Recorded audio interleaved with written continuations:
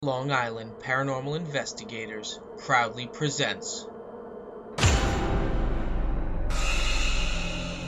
Ghost News Network.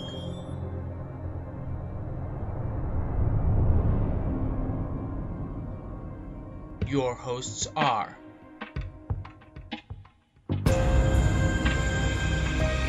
Michael Cardenuto, Robert Levine,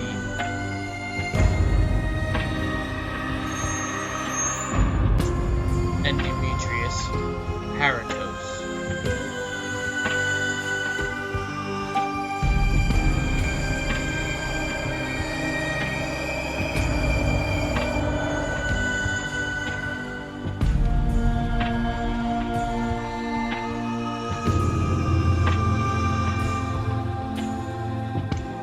And now, this week's edition of Ghost News Network.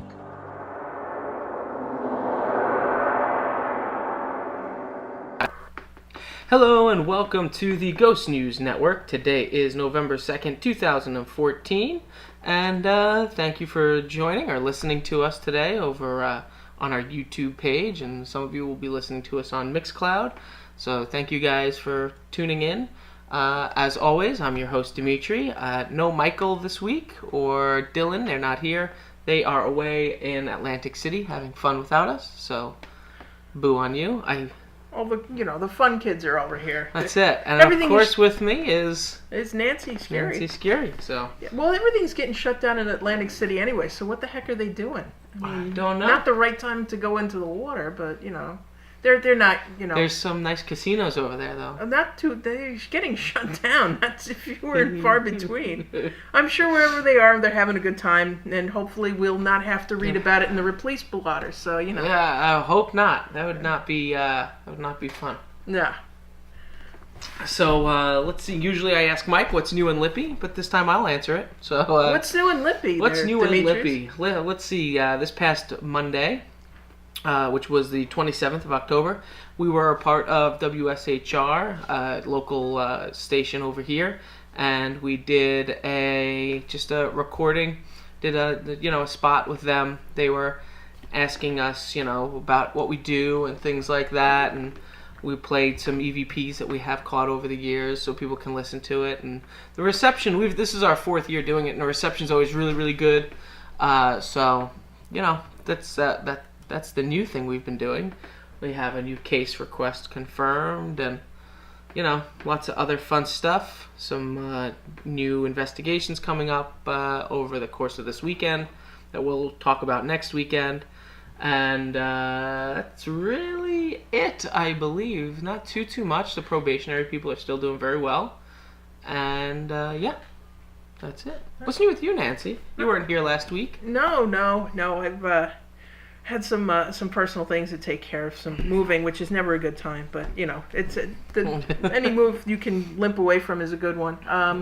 Shout out to my new landlord. It's so far so good, and closer to Lippy, the World Lippy headquarters. That's so good. I can't beat that. Very, very good. All right. So we have a great show ahead. Oh, go ahead. I'll talk about it a little bit more, but while I'm thinking of it, later next week I'll have a reading. So if any of you Long Island listeners, I'll have a reading over in Northport, so you can answer questions, listen to some of my fiction. It'll be good stuff. But anyway, details later. Okay, cool. We have a great show lined up ahead of us for today. We have our urban myth and legend, which is the House of Frankenstein. That's over in Lake George, New York. We have our definition of the week, which is imprinting. We have our equipment review. Nancy's going to go over the basic Geiger counter, also known as civil defense Geiger counter. We have our This Week in Paranormal History, which is October 31st, 1926. Harry Houdini dies, so I thought that would be quite an interesting thing to discuss. Let's see, Nancy's going to be going over her social stuff, and we have some fan questions to answer, and we're going to be continuing our EVP on the Mount Misery Road, Site 2, that we've been continually playing, so we'll have another part of that to play for you guys this week. And that's it for today. So That's plenty. Yeah, there's a lot of stuff to get through.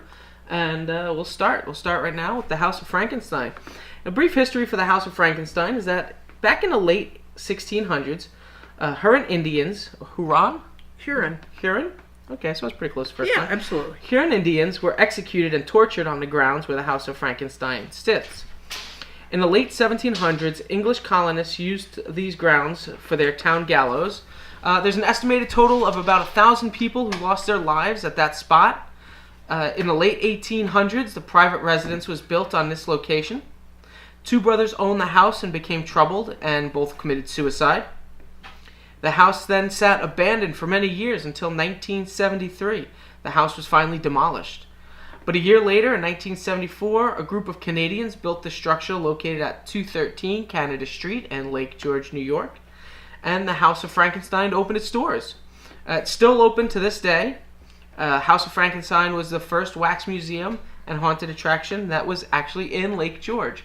I haven't been to House of Frankenstein. I've been by it. I walked past it many times, unfortunately, so I don't have too many experiences to speak of. I know Mike and Shannon and Dylan, they went there on one of the trips I couldn't make, and they liked it. I don't want to speak for her too much, but I believe Shannon had some psychic feelings about the house. So, it's an excellent location. Just Lake George in general is beautiful. Oh, I know, Nancy, absolutely. you can speak to this. Yes. You've been there with us. It's such a cool, that whole town is just, it's such a nice town. It's gorgeous. It's a lot of fun. And, so you ever get a chance, if you've never been to Lake George, go check it out. There's so many things to see there. There's Fort William Henry. There's the House of Frankenstein, like we said. There's a beautiful park there. There's some amusement parks there. There's everything. There's camping. We go camping usually when we go. It's a great time. Oh yeah, Excellent bonding experiences, hanging out with people, making fire, eating. It's good. It's good. There's the battleground that's over there. The Lake George battleground is there that has a lot of haunted things that happen as well. So, excellent location. Oh, absolutely. It said that the folks at Fort William Henry are fantastic. Oh, yeah. And it said it's kind of a nice mix. House of Frankenstein, it's kind of like an old school, kind of kitschy, touristy. Did you get to go into the House of Frankenstein? I went a little bit. Okay. But it's, like I said, it has a mix of, there's actual historical things, plus fun stuff. Plus, just kind of, getting out, getting unplugged, and just kind of enjoying nature. It's an absolutely spectacular area of upstate New York. And especially if you go like late August into September, stuff is still open. Things are starting to slow down, but you get that spectacular autumn, the leaf peeping thing. Oh yeah. And it's just great any time of year. I said now into November it gets very, very quiet, but that's not necessarily a bad thing if you just, most of the people are out and you can just kind of just relax and enjoy the sights. So it's just a great to go to anytime. Not good for camping. Well, it's not. I don't know how the temperature is now, but it's not. I wouldn't go out camping. It's not too cold here, but maybe a little too cold for camping. But if you had a camper, you'd be okay. Yeah, or they have that very nice hotel on the other, The hotels are very nice. Yeah. Yes, and like I said, now it's down off season. So, but anyway, if you're anywhere in the Northeast region, if you can get to Lake George, if you haven't been for a long time, definitely go back. It's great. Yeah, the time before that I went, I think I was maybe 8 years old. Yeah. I hadn't been there since I was a little kid, and it's different. It's a lot different than what I remember. I mean, some of the stuff is still there, but it seemed like obviously it's grown and expanded and stuff. But yeah, beautiful town, and also check out the House of Frankenstein. Cool place. Wax museums are always fun. Oh yeah, absolutely. All right, so next we have our definition of the week. Definition of the week is imprint or imprinting. And basically what that is, it's theorized that events and strong feelings or emotions, they can leave a copy or a record of themselves on places such as tunnels, rooms, fields, etc., or maybe on objects like furniture, buildings, personal effects, anything like that. Most notably, this occurs when a sudden and violent death occurs, such as a powerful accident, a murder or other crime, a war or battle area, like Gettysburg, for example, and things like that. Things where something horrible happened that was jarring to you or to the person that passed away. And they say that energy is left, and it can result in a non-intelligent haunt, usually a residual haunting. These cases, people often report seeing or hearing the same thing over and over again, like a tape playing. It's rewinding and then playing again. Sometimes the event seems to be recorded on the specific location rather than a building, room, or object. So there have been cases reported where an imprinted haunting has occurred in a building. The building, of course, is later demolished, and a new one is built, or the area is just left vacant. But other hauntings still continue. In the situation of imprinting on an object, the haunting can follow the object through several owners. This is often reported with items purchased at yard sales, flea markets, things like that. So that's what imprinting is. Or places like the House of Frankenstein. Or the House of Frankenstein. Yeah, absolutely. I know, I'm going to say it's that the haunting is imprinted, but I don't know for sure. But I know Reed's Ice Cream Factory was a location that was haunted. Had lots of things go on. The area was, the ice cream factory was closed down. They destroyed the whole building. And then they started building houses on it. Mm-hmm. And now that whole area is all different houses and stuff. And when we were there just walking around one day, we were just doing a day trip, just driving by the neighborhood, and we were showing, I forget who it was, just where Reed's Ice Cream Factory used to stand. And we were just outside talking, and one of the homeowners came outside and was talking with us, and we asked him, do you have anything weird happen? He's like, saying, yeah, this house has weird things that happen here, so, whatever's there is touched to that ground, and now these people now have to deal with it. That's why I kind of, wonder about I realize that, prime real estate is a bit of a commodity, and you can't just let, people, aren't going to just let, buildings in good spots go, and what I'm thinking of is, like old psychiatric hospitals that get turned into condos and stuff, and you're like, is that really, Yeah, well, look at the hotel in Massachusetts over by Danvers. There's a hotel that Lippy stayed at, and it's the front main building is still the psychiatric center, but then all the wings are to the side are there's hotels around that whole area, and that was all a giant psychiatric center. So yeah, it's crazy. So and then people complain that stuff happens. I'm like, it's all got to go. What were you really expecting? I mean, you where's it believe gonna go? Don't believe. That kind of is irrelevant when you start getting disturbances and things happening. So oh yeah, absolutely. It's all got to go somewhere. Yeah, so that's what imprinting is. If you want to see any of this stuff, you can go to our website, www.liparanormalinvestigators.com. You can check out the urban myths and legends. You can check out our definitions. You can check out the equipment that we use, as Nancy's going to jump into next with the Geiger counter. Mm-hmm. And so that's that. All right. Okay. Tonight we're talking about the Geiger counter. We are. Now, before I get into this, I'm just going to mention there's an ongoing, I think it's funny. Mike, not so much. We have one of these basic Geiger counters, and it's, if you ever play like Fallout, it's these big thumpy things that they carry around. They look like a ghost trap. Exactly. They're just big yellow blocks that are. It's about the size of a brick, and it's about as heavy as a brick. And we have a couple of them here, and so if you're the lowest, if you're the newest member, you're lugging that thing around. Oh yeah. And so I've offered to bedazzle our Geiger counter with the Lippy logo, and Mike hasn't been quite so receptive. So since he's off in Atlantic City, maybe we could do something, but maybe not. Anyways, okay. If you won't approve it, I'm not doing it. Okay, well, basic Geiger counter. This Geiger counter detects gamma radiation. The theory being that when a spirit or ghost manifests, it may give off some types of radiation. Basically, to use it, it's pretty straightforward stuff. First thing you do is zero the Geiger counter to make sure it's calibrated. Then you set it to the counter to X1.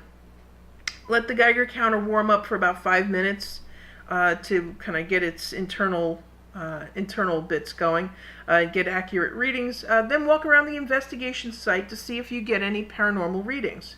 Range on the Geiger counter is 0 to 5 rads per hour. The range from the meter to the active field is 0 to 10 feet. So if something's going on, you have a pretty decent, it's within visual generally. Depending on how dark it is at exactly, night. But it's not going to be like it's not like a barometer where it's here to when it changes. For the readings, the unit of measure for this Geiger counter is rads per hour. Normal readings occur between 0 to 1.5 rads per hour. Paranormal readings occur between 1.5 to 3.5 rads per hour and or erratic movement of the needle. Right. Okay. Now, we've had a couple cases where we've used the Geiger counter out. One time I was not a part of. It was with, I believe Mike's cousin was using it, had the meter actually go off. Now, this meter does not go off. It's very rare. We've been using it, I think, at least 10 out of the 11 years we've been here. It's one of the first pieces of equipment we got. And Mike uses it, and everybody's used it, and now it's beginner level equipment. So a lot of probationary people learn about gamma radiation and learn about the different Geiger counters that we use, and this is the intro device that we train them on. So we were out one time. We were in I believe it was. I always draw blanks on names of things when I need to say it, even though I know the location. Yeah. It's Fort Salonga. Okay.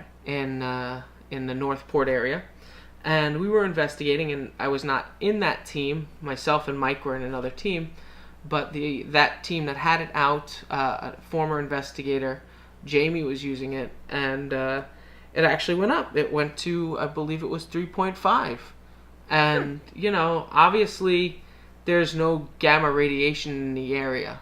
It's a shopping mall. We're in a parking lot, basically. Excuse me. And so we're in this parking lot and investigating, and there's nothing there that would lead you to believe that there's some sort of gamma radiation, which makes you question why would this go off.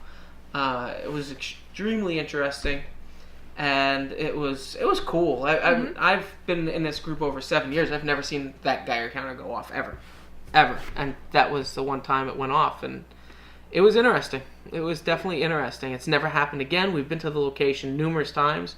We've brought the Geiger counter with us on numerous occasions to see if we're getting the same readings. And, with Geiger counters, the range on the meter itself, it might not seem like that much, 0 to 5. But, at 1.5 to 3.5, I believe your skin starts to bubble if you're in an area that has gamma radiation. There's a reason why they were out there and handing those things out. Right. These are the things they use in Chernobyl, back in the day. Well, I have family in southern Nevada, and of course that's where they had the original atomic tests out in the desert, and you can still they still have, you can buy sand that was crystallized through the heat, and you can buy like their little souvenirs. Not at the time, before they realized how dangerous the radiation was, they tell you, okay, we're going to go and have a nuclear test, and folks would come out and pack a picnic and take the kids and let's go watch the mushroom clouds. But so I imagine part of it too is it depends, it's the importance of getting a baseline reading. Oh, yeah, absolutely. Yeah, we always get baseline readings when we're doing anything. But of course, if you get a really bad baseline reading, you just may want to excuse yourself from the investigation that night. You may want to go see a doctor about radiation poisoning. Exactly. You'll feel it. My thyroid, it's mutated. Yeah. But so for that to go off and your body not to react, there's no gamma radiation in this area. maybe at Brookhaven Labs. We don't know what they've got going on. We don't. I couldn't assume to guess what they've got going on over there. If the deer glow in the dark in that edge of the woods, you may want to keep going. Yeah. So very interesting. If you guys don't have a civil defense Geiger counter, they're not that expensive. I think you can get them for like $50 or something like that on eBay. So we usually get most of our stuff from eBay. Yeah, or the local Army, Navy surplus. Local Army, Navy stores will have them. Just make sure that they're working and operational, obviously. You don't want to buy a Geiger counter and it not work. Mm-hmm. Obviously, it's usually going to tell you 0. But if you do battery, there's a switch on there that tells you to check the battery and stuff like that. So, but it's a really good piece of equipment. It's a great entryway piece of equipment to get you into start learning about different gamma radiation tools and stuff like that, different Geiger counters that we use, because we have several of them. We have the digital Geiger counter. We have, we don't have it anymore, the IM179 Geiger counter. We got the DX2 Geiger counter. So there's a whole array of Geiger counters that you can use. And this one's nice, it's simple, it's easy to use. Yeah, it's blocky and heavy, but it's a good starting point for anybody that's out there and new into the paranormal field and wants to start getting away from... Not getting away from, you should always use an EMF meter, but starting to dabble in something a little bit different. Definitely check the, civil defense Geiger counter or basic Geiger counter.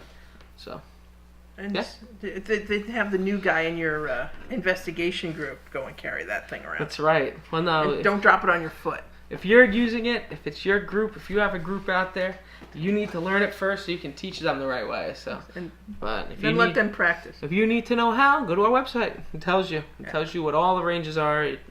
The work's been done for you. There you go. So again, www.liparanormalinvestigators.com. Check it out there. Excellent. Shall we go on to this week in paranormal history? I suppose. Well, why not? Okay. October 31st, 1926, Harry Houdini dies. Harry Houdini, the most celebrated magician and escape artist of the 20th century, dies of peritonitis in a Detroit hospital. 12 days prior, Houdini had been talking to a group of students after a lecture in Montreal when he commented on the strength of his stomach muscles and their ability to withstand hard blows. And that's where problems start. Suddenly, I don't know what you're talking about. Suddenly, one of the students punched Houdini twice in the stomach. The magician hadn't had time to prepare, and the blows ruptured his appendix. He fell ill on the train to Detroit, and after performing one last time, was hospitalized. Doctors operated on him, but to no avail. The burst appendix poisoned his system, and October 31st he died. Houdini was born Eric Weiss in Budapest in 1874, the son of a rabbi. At a young age, he immigrated with his family to Appleton, Wisconsin, and soon demonstrated a natural acrobatic ability and an extraordinary skill at picking locks. When he was 9, he joined a traveling circus and toured the country as a contortionist and trapeze performer. He was soon specializing in escape acts and gained fame for his reported ability to escape from any manacle. He went on to his first international tour in 1900 and performed all over Europe to great acclaim. In executing his escapes, he relied on strength, dexterity, concentration, not trickery, and was a great showman. In 1908, Houdini began performing more dangerous and dramatic escapes. In a favorite act, he was bound and then locked in an iron-bound chest that was dropped into a water tank or thrown off a boat. In another, he was heavily bound and then suspended upside down in a glass-walled water tank. Other acts featured Houdini being hung from a skyscraper in a straitjacket or bound and buried without a coffin under 6 feet of dirt. In his later years, Houdini campaigned against mediums, mind readers, fakers, and others who claimed supernatural talents but depended on tricks. At the same time, he was deeply interested in spiritualism and made a pact with his wife and friends that the first to die was to try and communicate with the world of reality from the spirit world. Several of these friends died, but Houdini never received a sign from them. Then, on Halloween in 1926, Houdini himself passed on at the age of 52. His wife waited for a communique from the spirit world, but it never came. She declared the experiment a failure shortly before her death in 1943.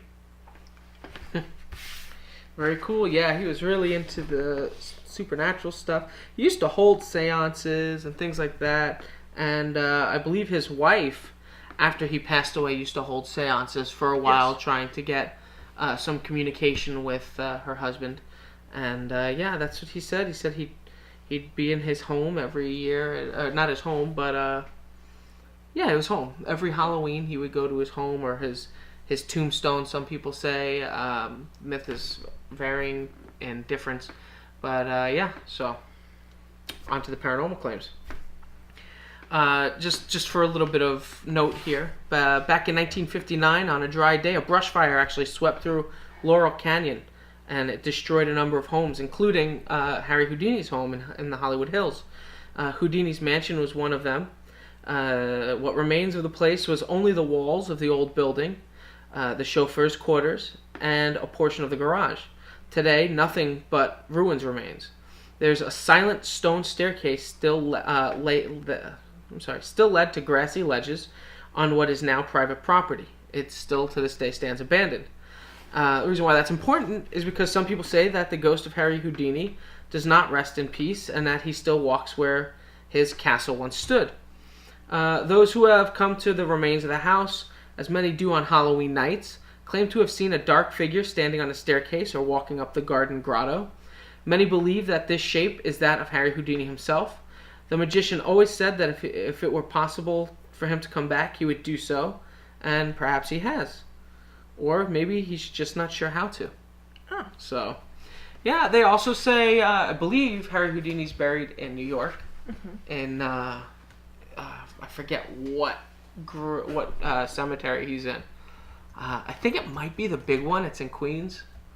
That sprawling gravestone, that sprawling cemetery. There's a bunch of them in Queens. Are you double checking? Yes, I am. It is in New York. It is, right? What Bear with us while we find out some information Google, here. via Google. Yeah, I got pictures, but they don't tell you where. The cemetery is. Click back. What was it? Oh, here we go. McAlpee Cemetery. Yeah. So there's also claims that say that he. It's in Glendale, Queens. It's in Glendale, Queens. There's places that say he will, visit his gravesite on Halloween. And stuff like that. So we missed it now. Maybe for next time. You never know. Next year we'll check it out. We'll let you know if we hear anything. Yeah, I think it'd be cool if we. I mean, I don't know. I don't know what that place is like. We'd have to go during the day and find his gravestone, his tombstone. Unfortunately, it seems that it tends to be vandalized quite a bit. And you have folks like David Copperfield actually donated tens of thousands of dollars to the Society of American Magicians to try to restore the plot. I mean, that's I said we've kind of gone into some strange places at odd hours of the day and night. But I don't know what you're talking about. Well, allegedly, some people do, but we certainly have no tolerance for vandalism. Absolutely not. Things like that. It's the campsite law. You leave it better than you found it. That's right, and that's how people should be treating it. It's disrespectful to the people that you're doing that to, and not just the people that pass, but the people's families. What was that recently over here? By Five Corners Deli was vandalized. The cemetery. The cemetery over there, and that's a place we investigate. We've been there before. Buildings from Kings Park Psychiatric were committed acts of somebody tried to burn down some of the buildings. Yeah, and then they went to Pilgrim State and tried to burn some of those buildings as well. And those are still people still use them. Yeah, there's. Not all the buildings are open, but some of them are still open for various state. Some people they still have some impatience in there and things like that. Right. So it's very sad and unfortunate that most of this is kids. I know the Five Corners Cemetery. They think it was part of one of the Sachem football Easter egg hunts or something like that. I think it was something that the senior class or the football team had not an Easter egg hunt, but they had like a list. What the heck is it? Scavenger hunt. That's hunt. The word I'm looking for. So somehow destroying Easter a cemetery. Yeah. Because that's where you would hide them. Yes. But somehow, desecrating graves is somehow, Yeah, which whatever. has nothing to do with the actual, Exactly. And then what happens is, for people in the paranormal field who are trying to be responsible and do the right thing, then our job becomes harder. Oh, without a doubt. And plus, it wrecks the community. So what are you doing? There's really no room for that sort of thing. Yep. So boo on you people, you suck that go around doing that stuff. Yes. You tell them, Demetrius. That's all I got to say on the matter. Moving on. Let's do this. All right. This time of year, we get all of a sudden everyone gets very, very interested in the paranormal. Yeah, it has something to do with movies coming out around Halloween time. Mm-hmm. People are not outdoors as much because it's starting to get colder, and now that it's November, people are in their house. They start noticing strange things they hadn't noticed before. Absolutely. And the mix of horror movies and Halloween, plus the noticing things you didn't notice before in your house, makes you think you got something paranormal. And sometimes you do. I mean, you don't notice stuff if you're out all the time. How do you know what's going on in your house if you're not home? So. All of a sudden, it's, why the cabinets keep opening. It's like, well, could be paranormal. Could be you just not good at putting them in, but you never know. But anyway, part of a lot of more traditional mainstream media outlets all of a sudden are very, very interested in things that go bump in the night. New York Times, a longtime fan of the New York Times. New York Times is no exception. If you go on their website or if you pull out their book review, they've had a whole slew of all sorts of different books that they've been reviewing. Also, including one by a gentleman by the name of Roger Clark, and this will be our Social Street bit today. He wrote a book, Ghosts and Natural History. He's covered 500 years of paranormal investigation and theory. I said I knew nothing about this book until you brought it to my attention not too long ago. And now it looks like it's gonna be something I have to pick up. Absolutely, I think so. It looks really good. Roger, if you want to send me a copy, I'll be happy to review that one for you. But I'm just going to let you know about... Written by Roger Clark, you said? Yes, sir. Talks about 500... He covers a lot of territory, 500 years. He covers urban legends, people who bury cell phones with their loved ones and then get ghost texts and ghost phone calls. Also things like... talked about Einstein... of course, the father of quantum physics, he had a real problem with the paranormal. He called it, said, spooky action at a distance was his term for it. Spooky action at a distance? True fact. We should make t-shirts, spooky action at a distance. They said talking about different theories about what happens. He covers, actually Clark's a film critic. He contends that England is the most haunted country in the world. He could definitely put an article. He could put an argument together for that one, I think. Yeah, England absolutely. being the most haunted country in the world. He talks about, it said he talks about all sorts of different hauntings, different areas. He describes England as a vortex of unnerving pathologies.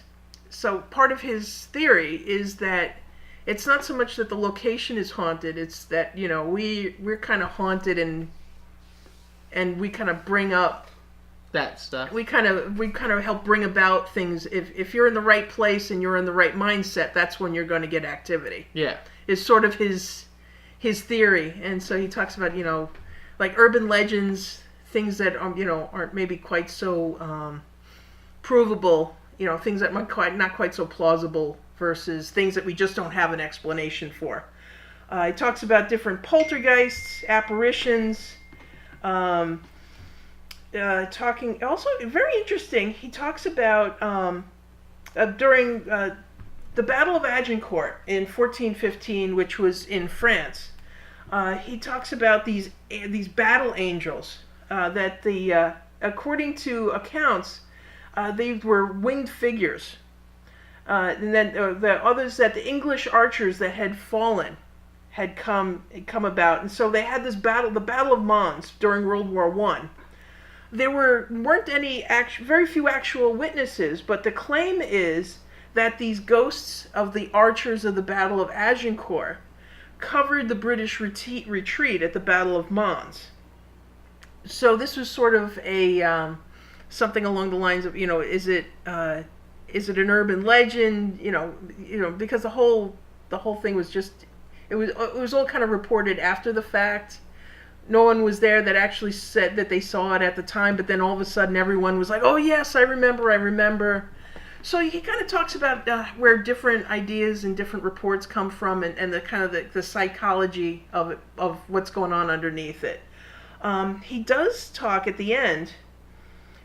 He does talk about Harry Houdini, and he talks about that for 5 years after his death, she organized his wife's organized a séance. After they did this for 9 years, and then Beth decided to make one last attempt, so it would be the 10th year.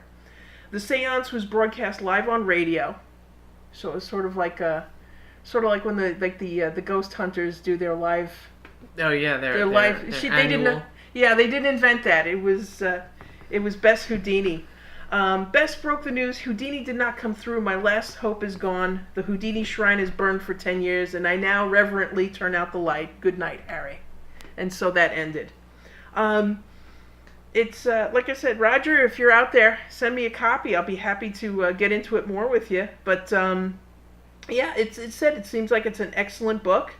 The name of it is Ghosts: A Natural History, 500 Years of Searching for Proof by Roger Clark. Very cool. Yes, I think so. So there you are. That's the word on the street. And we're sticking to it. But if you get a chance, check it out. Absolutely. It'd be on NewYorkTimes.com. We'll have the link up. So yeah, enjoy. All right, awesome. Next we have our fan questions. We have 3 fan questions, and the first one comes from Max C. He asks, have you ever investigated the DeFeo house in Amityville? No, we haven't. We have not investigated the Amityville horror house. First of all, it's private residence. The people there, other than the DeFeo people, have never had any paranormal claims in that house. Unfortunately, I don't believe that the DeFeo house is haunted. I just don't believe it. I feel like it was, it was just fake. It was just a publicity stunt. And, tried to get this guy out of whatever was going on. But, no, we haven't investigated it. The people there that own the house, who are very nice, had the name of the street changed, and they refaced the whole building and stuff like that and changed it. They just want to be left alone, and I can't blame them, Yeah, that's another incident of people just being irresponsible and stupid that they've had to hire in the past. They've had to hire guards during Halloween to keep people off the yard and trying to take stuff like siding and whatnot. They changed the address. They've changed the facing so that those bay windows, those quarter circle windows are out. And as I said, they just want to be, the owners there just want to kind of be left alone and enjoy their house, and that's it. Yeah. So what do you make, because there were some investigations where there were claims that there had been. Yeah, well, I know the first, they brought researchers in to have people say that it was haunted. I know that there was a psychologist, parapsychologist, and paranormal guy named, I think it was Stephen Kaplan. And he had investigated the DeFeo house. He was the first person to come in and check it out. His findings found that the place was not haunted. They then kindly asked him to leave, and they brought more people in until they got what they wanted to hear. So, now this is in no way a shot at Ed and Lorraine Warren. That who did say the house was haunted, but those people are fantastic. We've worked with Lorraine Warren before. We've met her. We've been to her museum in Connecticut. They're fantastic people. Ed Warren, who's passed away, of course, now, but they're fantastic people. They're pioneers in paranormal investigating and stuff like that. So, but yeah, I just don't have any belief in it. I feel like if there was something going on, people would know about it. Yeah. You know, so that's it. That's how I feel about that. Yeah, they said we know that after the DeFeo, the Lutzes were the first folks that came in after the murders. Right. And could it be because it said the Warrens, they're legends, absolute legends in the paranormal community. Could it? You try to wonder. It's like, well, if it wasn't haunted, what could they have been picking up on? I mean, it's all purely conjecture. But what do you think? What do you think she might have been? Kept picking up on that. She might have come to the conclusion that there was actual activity. I don't know. Yeah, I don't know. I think it was just her. Could have been like some residual. Maybe. I mean, she could just be tapping into the fact that there was negative energy in that house. I mean, this man murdered his family. Yeah. I mean, well, plus, you don't do that sort of thing out. I mean, you always want to think about why and wherefore, but you have to think that he was damaged before that. Yeah. So whatever led up to that to begin with, but with all the renovations, and it said they changed the street address, they changed whatever, maybe they kind of, I don't want to use exorcism, but got rid of whatever No, was you would think attaching it'd be to actually quite the opposite. You would think that if they're doing renovations on the house, they would have more activity. Unless it was something residual and they got rid of whatever it was attached to. It's possible. Maybe there was some kind of haunted object. Could Maybe. be. Yeah. Like I said, it's all kind of theory and conjecture at this point. We'll never really know. I'd never put stock in the fact that the DeFeo house was haunted. So yeah, that's just a personal thing on my end. Yeah. So if you're around there, please don't go. So Nancy, the second question's for you. For me. Arthur M asks, what would it take to have you guys investigate my job? And I figure since you do case management, oh yes, this is a perfect question for you to take. Absolutely. Now we are always delighted to hear from folks on our Google Plus page, from Twitter, from Facebook, absolutely, and we love having your questions. I said one of my jobs here is I handle all the incoming requests for case requests. If you want to get in contact with us, if you think that there might be something going on, just go into our website, www.liparanormalinvestigators.com, and you click on the link that says request an investigation. There's a very short little questionnaire. What's your exact location? What sort of things are you seeing? And everything stays very confidential. We don't start talking about people. We don't, you can check out our website. We won't give out addresses. We won't, nothing like that. So everything stays nice and quiet because some people take these things better than others. But yeah, just let us know. We won't even put it on our website. No, not at all. They don't want us to. Yeah, so. that's yeah. And even if you see like our evidence reviews and things like that, you would not know where exactly we took things from. Right. If it's a public place and everything, then we'll say, yeah, that came from Fort William Henry. But if it's from a house investigation, you won't be able to figure out where it is that we got it from, and that's by design. But yeah, so I think the first thing we should say is, what would it take to have you guys investigate my job is you need to speak with your owner. Exactly. There is that. But I was going with the idea that it was their business. Okay. If it's not your business and you're an employee, you just have your employer contact us, or have because it has to be. If you're a house guest, we're not going to just kind of walk up into your friend's house and investigate. Because we have had that. Listen, I think my neighbor's having a problem. Could you just go over there? And like, well, no, we need to have we're not just going to show up. But yeah, if you have a question about something, you can let us know. To have an investigation at your place of business, you want to make sure that, that it's authorized by, the business owner or the building owner. But the first step is to go ahead and click on the request an investigation link, fill out the information. Someone from case management will get back to you, usually within 24 hours. That's what we go for. And like I said, if you're in the New York area, then we'll ask for a little bit more information. We take it from there. If you're outside the New York area, we will help. Part of our job is to help you find someone near you that would be able to help you. We don't. One of the big questions we get, do you charge a fee? We don't no reputable paranormal investigator will. We accept donations, but that's after the fact and only if you want to, and that's totally voluntary, and it doesn't affect our investigation or anything. That's just extra, and we appreciate it. But but we've gotten requests from Australia, from the United Kingdom, from Pakistan. So we get requests from people all over the place. We'd love to come out and see everybody, but that's not always plausible or feasible. So if we can't help you, we'll find you someone who can. And so I hope that helps, Arthur. And like I said, if you want to, contact us if you have any additional questions. Yeah, thank you very much. That's all we have for fan questions.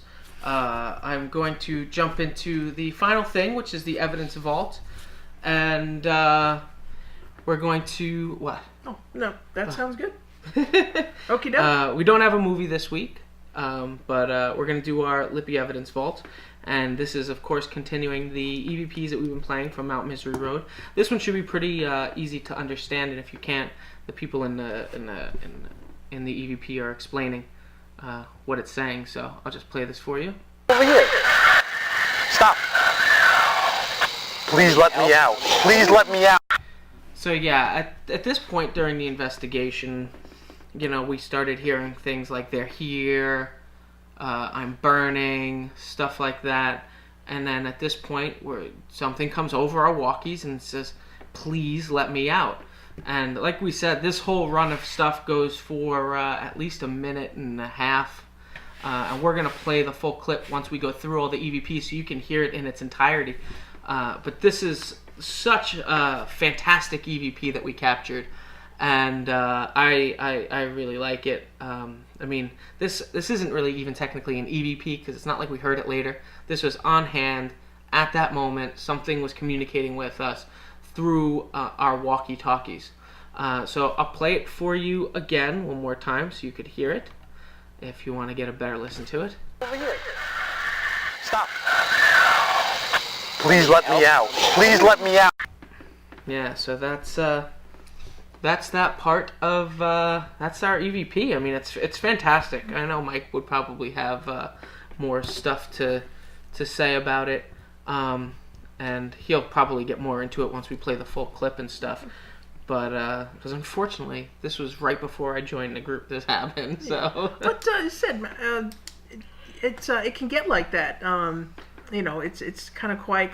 Then a lot of stuff can happen all at once, and you really kind of have to kind of take your time to sort through it all and just kind of pick it apart and see exactly what's going on. Yeah, absolutely. Yeah. So yeah, and if you want to jump ahead, I know we have these clips on our website as well. If you want to listen to them again, you can go to www.liparanormalinvestigators.com and check it out there. And that's all we really have for today. Nancy, did you have anything you wanted to add about your reading that you have? Oh yes. Halloween season. I have a book coming out, Sins of the Past. It's an anthology. One of my stories is in. I also have a couple of collections of short stories that are out actually. For everyone in the Long Island area, I will be at a reading on Sunday, November 9th, so it's about a week from now. I'll be at Tribal Dance Long Island Caravan Connection in East Northport. And that's it. I'll be doing readings from some of my works. There's also going to be an erotica author, so you may want to leave the kids home, but it's definitely going to be a great evening. So they're going to be refreshments. There's going to be, we're going to have giveaways and stuff. It's going to be a really great time. If you have any, if you want to go ahead, there's still a few spots available. Please RSVP. Call 631-754-0385. That's 631-754-0385. That's Tribal Dance Long Island. Tell them that you're interested in attending the reading, and they can take it from there. But for you Long Island folks, I'd love to come out and meet you. So come join me. It'll be great. All the details will be up on the usual social websites, Facebook, Twitter, and Google+. Yeah, absolutely. And you can find all of us on Facebook, Just search Long Island Paranormal Investigators as well with Google+. And our website, as I've said numerous times today, but since I'm a whore, I won't stop plugging it, www.liparanormalinvestigators.com. And you can find us on Twitter. Our handle is @LIParanormal, so check us out there. You may be And we also have a YouTube page, which obviously you're listening to this. But check out the other videos. We're constantly updating with some equipment stuff we're going to start having come up soon and stuff like that. So, definitely check it out. You're a whore, Demetrius, but you're our whore, so we love you. I am. All right, we hope you guys had a great night. Enjoying the show. Take care, and we will talk to you next week. Have a good night. Sounds good. Good night, everyone.